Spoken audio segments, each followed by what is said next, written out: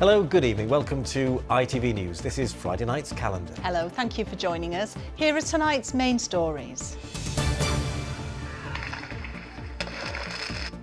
The calls for tighter rules around fireworks after scenes like these. To put it bluntly, attack police officers from numerous angles throwing really large and powerful fireworks at them. And as any member of the public will know, these could be a deadly weapon. Police hunt thieves who carried out an audacious robbery, cutting through a floor to steal priceless artefacts from a military museum in Newark. I got a phone call 9:30 Sunday morning. One of the staff was coming to open up and says we've been robbed. Our 7th tier works up are hoping for FA Cup glory as they and a few more of our non-league clubs get ready for the first round proper. And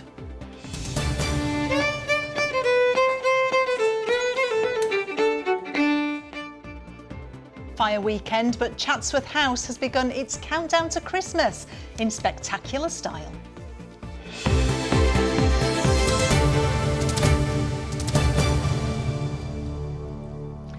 First tonight, there are fresh calls to toughen up on the sale of fireworks after police in South Yorkshire came under attack. officers had fireworks shot at them in Doncaster last week, and now the organisation, which represents rank and file officers, is calling for better licensing. It's as emergency services renew their warnings about the dangers of domestic bonfires, over fears that many organised displays could fall victim to the weather this weekend.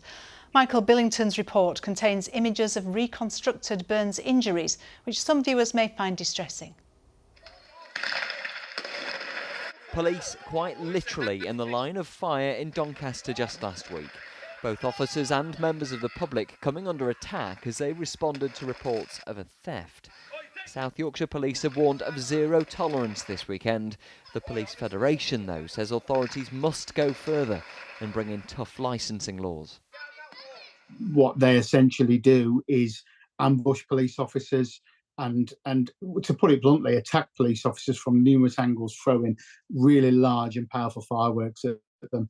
And as any member of the public will know, these could be a deadly weapon. Pop-up shops are appearing all over our county and in our city where people can just walk in and buy fireworks. And what they're doing is they're buying explosives. There's no two ways about it. These are explosives. We cannot allow this to go on year in, year out.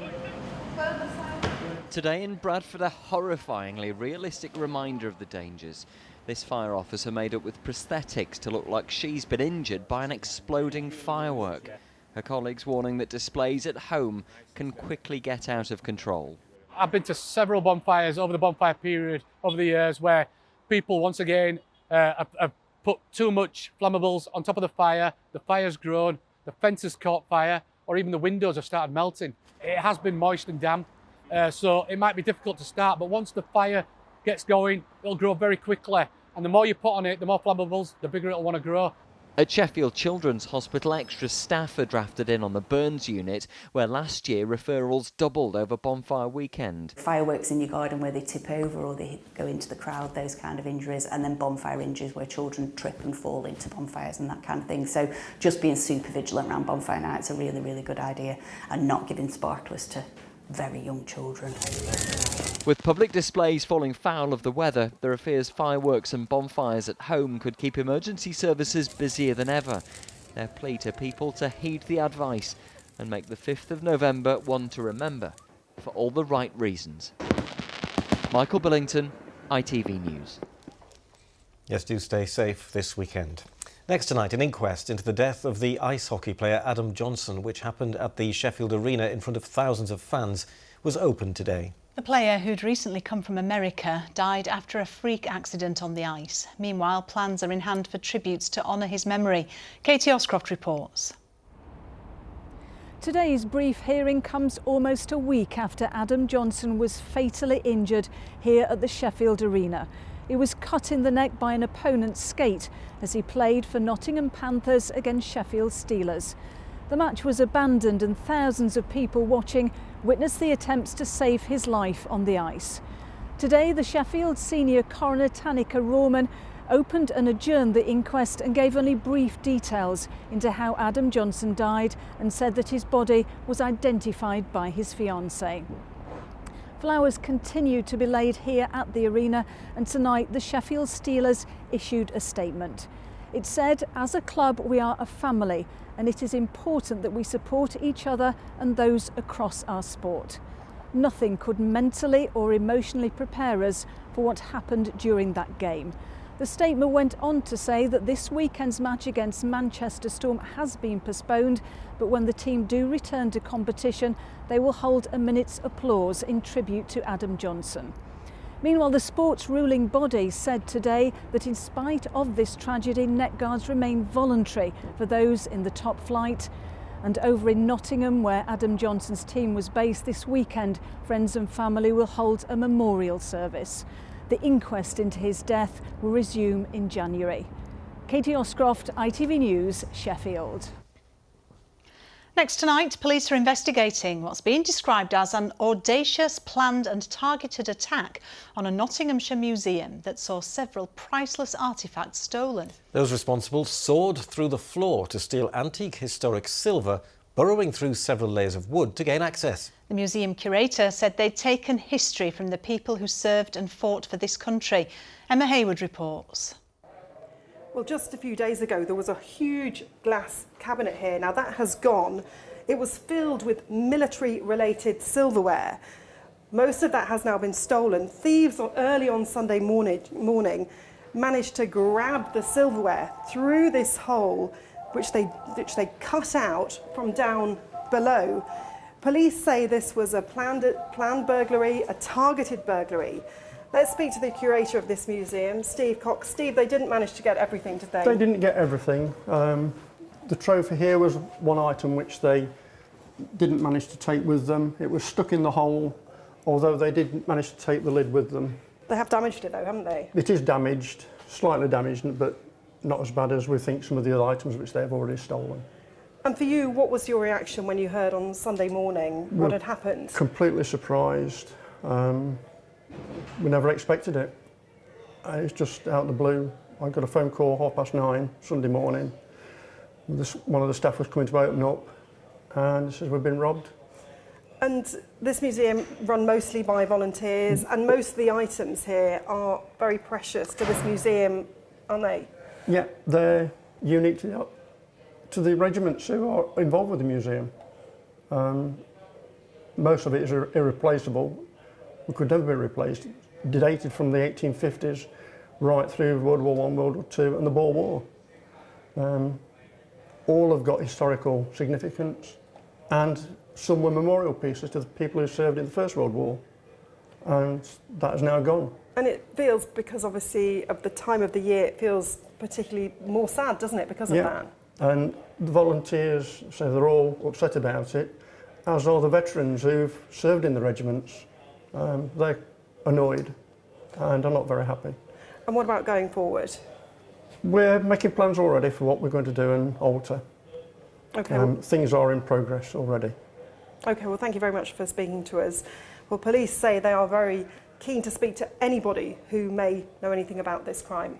Back to you. Yes, let's hope somebody knows something. Now then, there's been heavy disruption to LNER train services after extensive damage to overhead power lines caused by a train on the East Coast Main Line yesterday. Network Rail fixed the problem last night, but passengers have been advised not to travel today while operators get their trains and people back in the right place. Ticket restrictions, anybody who was intending to travel yesterday or indeed on a train that isn't able to run today will be valid on other services. We are confident that a full service will be available to all passengers from tomorrow morning. Now, do stay with us, because still to come before 6:30, it may only be bonfire weekend, but it's beginning to look a lot like Christmas at Chatsworth House. Yes, we'll be heading there shortly, where we'll have a live light show switch on. Can't wait. And will the weather conditions be foul or festive as we head into bonfire weekend? It was certainly a much better start first thing this morning, but we did see some Pennine showers this afternoon. I'll have all the detail a little later on. But first, drink driving rates are at an all-time high, with the latest figures showing that in Yorkshire and northern Lincolnshire there were 20 fatal collisions and 140 serious collisions as a result of drink driving. Now it's been revealed that half of adults aged under 35 have driven the morning after a night out, despite feeling over the limit. Well, it's led to calls for more awareness about the dangers of driving with a hangover. Amrit Birdie reports. Paula's life changed irreversibly when she was hit by a drunk driver more than a decade ago. It happened unexpectedly at around 7:30 on a Sunday morning. Paula was out on a walk, but the driver still had alcohol in their system from the night before. I broke everything apart from my right arm, so hip. I had a bone out of my femur at the accident site, so it was scoop and run. The police stayed with me for hours and hours because they thought that I was going to die and they didn't know what to charge him with. He was over the limit for the night before. He'd been out to a pub until 2 o'clock in the morning. The driver that hit Paula was sentenced to 12 months in prison. New research by insurance firm Direct Line shows that more than a fifth of drivers have admitted to getting behind the wheel the morning after, despite feeling over the limit. And 1 in 20 think if you don't feel drunk, you are fine to drive the next morning. Okay. Television presenter Natalie Pinkham is well known for her reporting on Formula One, but she is just as passionate about the campaign to stop people driving hungover. So many of us go out, have fun, as we should coming into the festive season, but the next morning is where the problem's happening. So few of us realise that we're not processing the alcohol quickly enough. 40% of us don't even know what the drink driving limit is. There's hope that technology could help when it comes to stopping people from getting behind the wheel the morning after. A toothbrush that doubles up as a breathalyzer, cleverly dubbed the brushalyzer, has been developed to give the user a clear answer as to whether they're over the limit or not.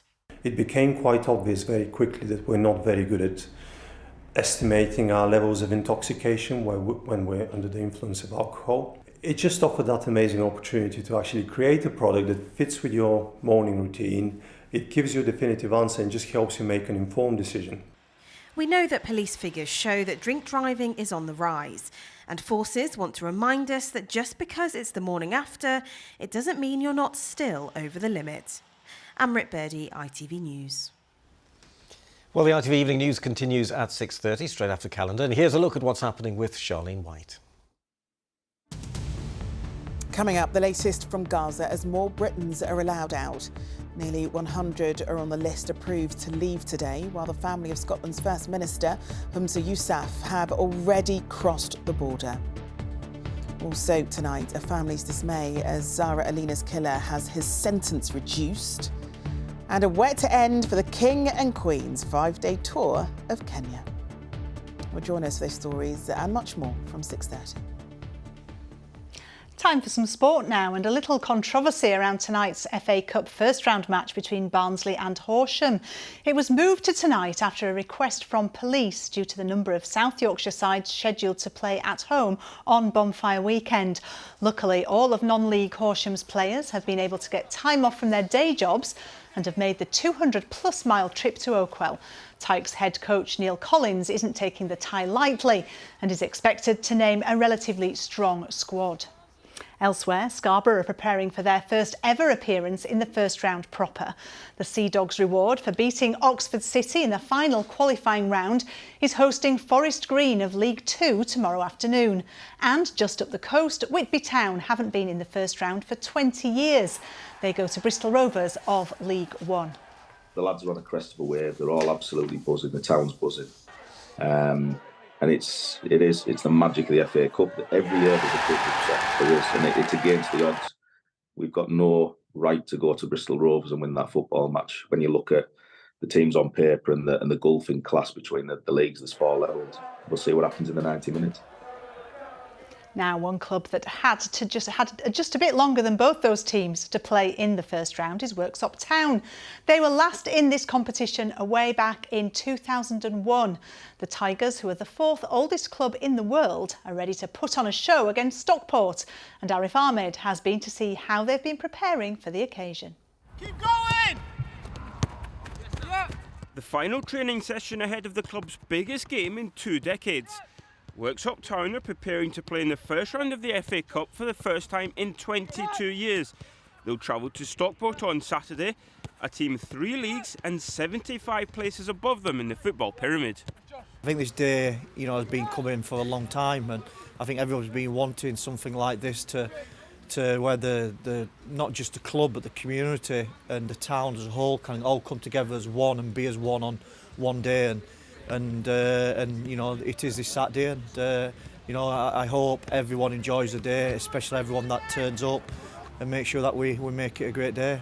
They've been playing football at Worksop Town for 162 years, but the 4th oldest club in the world was close to going out of business a few years ago.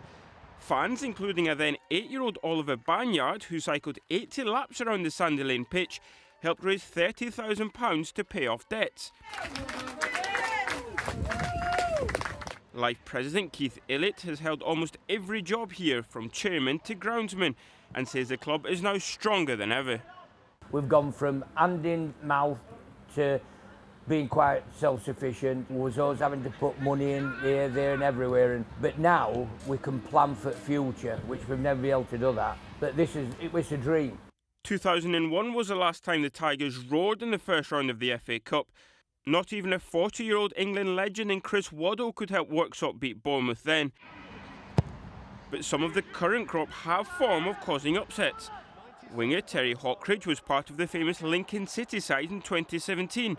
They beat Premier League side Burnley on the way to the quarter-finals, and he says Worksop is capable of causing a cup shock. The games you remember, beating, like you say, the league teams at their place. Not a lot of players have played in grounds or in the occasion, so it's massive. It's going to be a tough game, but hopefully we can go there and cause something. Family and friends are going to be there, so like I say, it's going to be a day to remember. Hopefully we can make it a special day. All the preparation is done now for Worksop. And on this bonfire weekend, they'll look to create some fireworks of their own. Arif Ahmed, ITV News. Let's hope the Tigers can roar to victory. And the England men, women and wheelchair rugby league teams are all in action in Leeds this weekend. Bradford's Elliot Whitehead will retire from international rugby after tomorrow's 3rd and final test match against Tonga. That's after the England women take on Wales at Headingley. Then on Sunday, local boy Tom Halliwell will captain the wheelchair team at the First Direct Arena. I have so much pride about where I'm from, about Leeds, so to be able to do it for my country as well and to be able to captain the side out there, I think it's something special, and stuff like that doesn't really happen to sort of people like me really, and get the opportunity to do that. So yeah, I'm very proud, and no doubt I'll be tearing up when the national anthem comes on, and no doubt my family will be the same.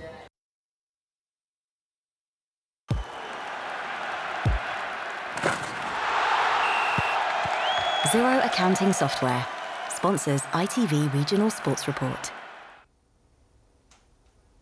Thanks, Sally. What are you doing over there? Was something I said? I don't know. Come back and join me, won't you? Staying on a sporting theme now, and running is the most popular sport in the UK. Now research shows it could be just as effective as antidepressants. A new study found that patients with depression who took up jogging and stuck to it improved as much as those who took pills, with added physical benefits too. Catherine Walker can tell us more. Whether it's for fitness or simply just for fun, everyone at this park run at Chatsworth Hall in Doncaster has a different reason for clocking up the miles. The benefits, fitness. I started due to fitness, and it just gives me a go. I just absolutely love it. It's fantastic way of getting out on a Saturday morning. In the year, people who walk around are really friendly. It sets you up for the weekend, really. It's the community thing. And wherever you go in the country, there's a park run at 9 o'clock. Every week I get stronger and stronger. We've known for a long time that running releases hormones that can improve our mood, known as the runner's high. But new research from the University of Amsterdam suggests that running could be as effective as antidepressants. In this study, we showed that antidepressant medication and running therapy were equally as effective on mental health outcomes in depression and anxiety disorder patients, and that running therapy had more beneficial effects for physical health compared to antidepressant medication. It's a discovery that doesn't surprise Bethan. Pounding the pavements helped her grieve after she had a miscarriage in 2016. It's changed her life so much. This year she's signed up for a marathon every month. I've always said to people, I never regret any of the runs that I do. I'd only regret the runs that I don't do. A keen runner himself, Mark Rowland from the Mental Health Foundation agrees that exercise can help people with depression.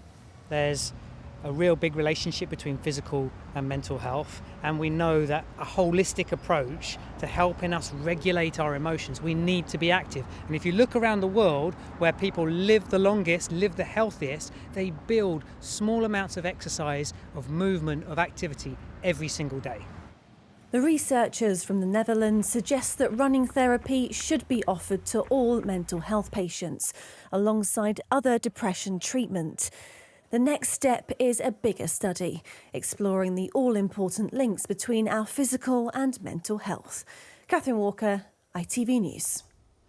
And just to show that you're never too young to take up exercise, it's a quick good luck to a courageous North Yorkshire schoolboy who, in spite of losing all 4 of his limbs to meningitis, is taking on a challenge which he describes as his Everest. 10-year-old Luke Mortimer, who lives near Skipton, is climbing Empsey Crag in a bid to raise money for charities which have helped him since his life-changing operations in 2019. He'll take on the steep 2-mile journey to the top of the summit and back tomorrow morning. Oh, best of luck to Luke. Oh, yeah, good luck to him. Now then, Kerry's here, and you promised us some sunshine this morning, and when I woke up, what did I see? Sunshine. Yeah. I promised. You did? Right. How about that? Wow, Blue sky. The lot. It was very welcome, wasn't it? After the just topsy-turvy week we've had weather-wise. I think most of us, at least at times, have felt like this little cold hit. It's not raining again, but I'm going to stay positive as we head towards the weekend and into next week. There will be some rain, but it will be intermittent and interspersed with drier and clearer spells. So that's the good news. Nothing like what we've had over the past few days and weeks, in fact. And the middle bit there, no warnings, no current warnings in place. And there is no named storm for at least the next 3 to 5 days. That's good news as well. That's brilliant, yeah. And it was gorgeous. It really was gorgeous. We had some showers over the Pennines during the course of the afternoon, but I'm not going to show you those. I'm going to show you all the good shots. So this was Ogden Reservoir in Derbyshire. A big thank you to Stuart Slynn. Of course, the reservoirs and the water levels are quite high at the moment, but surrounding most of our reservoirs, we've got those beautiful trees that are still in leaf, but those autumn colours coming through. And look at the morning sunlight through the arches there, just about visible with the water up at Lady Bower, Derbyshire. A big thank you to Brian for sharing. This was in Bakewell, the River Wye. You can just about make out the rainbow. A big thank you to Jane for sharing. And also, if I can click this through, yes, Castle Hill in Huddersfield, of course, from Netherton. A big thank you to Roy Hinchcliffe for this one. The morning moon was visible as well this morning against the blue sky and just a patchy cumulus cloud at New Miller Dam. And if I can get my words out, this was absolutely beautiful first thing this morning along the Keighley and Worth Valley line in Bradford. A big thank you to Matt. River is swelling at the Ouse, of course, but we've still got those colours. So there you go. It's looking pretty out there, isn't it? It is indeed. Autumn is definitely here now. Yeah. Kerry, thanks very much indeed for the moment. Now, have you noticed the Christmas adverts have started to appear on the telly? Yes, they're on already. The countdown to the big day has certainly started. Oh, yes, it has. And at Chatsworth House in North Derbyshire, they're turning the stately home attraction into a palace of Advent with 24 themed rooms displaying the sights, sounds and the scents of the season. Well, the gardens are being lit up and the outside of the house is being transformed into a giant Advent calendar. Martin Fisher can tell us more.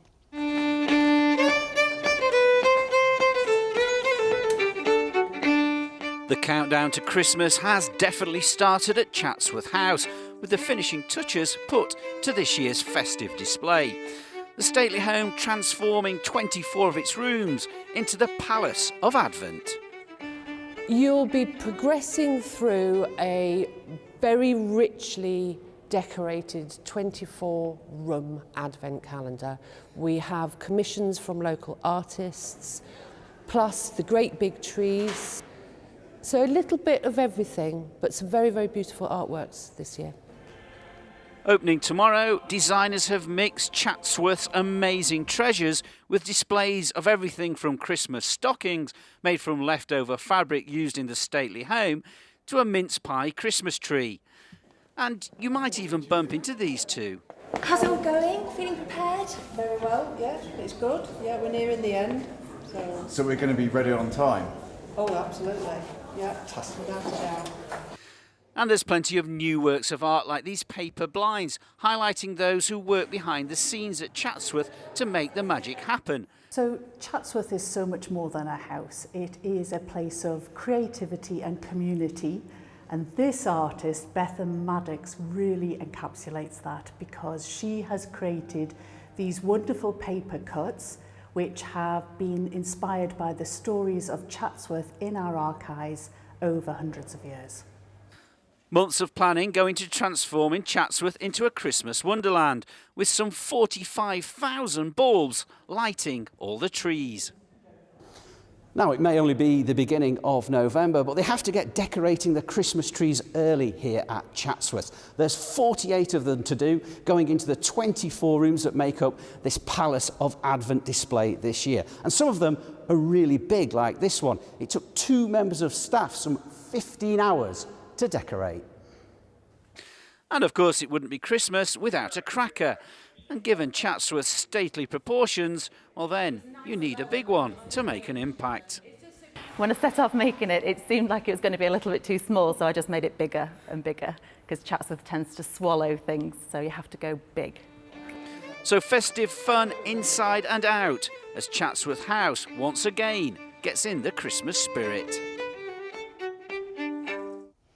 Oh, Martin Fisher there, isn't it looking fabulous? I know. What about that big crack? Have you pulled one that big before? I haven't. It must have a very big paper hat in there, I'm thinking. Yeah, and big toys that could hurt you if they fell out. A big snap. Well, now it's time for the weekend weather forecast with Kerry. But we'll be back live at Chatsworth House in just a moment for a big reveal for their giant advent calendar. Good visibility on the horizon. TUI sponsors ITV Yorkshire Weather. Hello again. Yes, this morning felt very different after a lovely dose of morning sunshine and after all that rain we've had over recent days and weeks. It was really nice to see blue sky and something a little bit calmer across the region first thing this morning, but we did have to cater for, and they did arrive, 1 or 2 quite beefy showers pushing onto the Pennines along a fairly stiff northwesterly flow during the course of today. So Storm Kieran pushing its way north and eastwards into the North Sea today around that northwesterly flow, and then a brief respite tonight before this system tries to track its way in from the south. It's not quite the same as it has been in previous days, so we are expecting it to become more patchy, and then you can see we've got more of a westerly flow moving along over the next few days, so we'll see intermittently showery outbreaks of rain and some gusty winds, in between those some drier and brighter spells. So still the risk of some showers pushing in along that westerly flow during the course of tonight, but into the early hours it becomes predominantly dry, clear with light winds and quite chilly, and maybe even some mist and fog patches as we head towards storm. So as we head into tomorrow, a big thank you for the sunrise first thing this morning, Nick Lawson. 7:11 and 4:27 are your sun times for tomorrow. So morning mist and fog perhaps first thing tomorrow, and then a brief respite to brighter conditions before the cloud will build from the south and showery outbreaks of rain start to develop. It becomes a little bit more patchy as the day progresses, still quite breezy out towards the coast, and then some misty low cloud pushing in from the south. So not great across many parts as we head towards tomorrow evening for any bonfire celebrations. But it's all changed into Sunday, largely dry with clear spells, just a few Pennine showers. TUI sponsors ITV Yorkshire Weather. There you go, that's your forecast for the first weekend in November, and bonfire weekend, it will be Christmas before you know it. Oh, it certainly will. Nice to see some dry spells along the weekend for those bonfires and firework displays. Definitely. Now, it's funny you should mention Christmas, because I'm going to head back now to the Palace of Advent at Chatsworth House, where they're just about to switch on the lights and create that giant Advent calendar. Stand by to see something spectacular any second now. Hey. Wow, there we go. They've been planning this for months, and well, there you are. There's the moment of truth, as if by magic. It looks fantastic, doesn't it? Doesn't it Absolutely just? beautiful, that, isn't it? We're going to leave you with that, and Sally will see you for the late news after news at 10. For now, good night and have a great weekend. Bye-bye. Bye.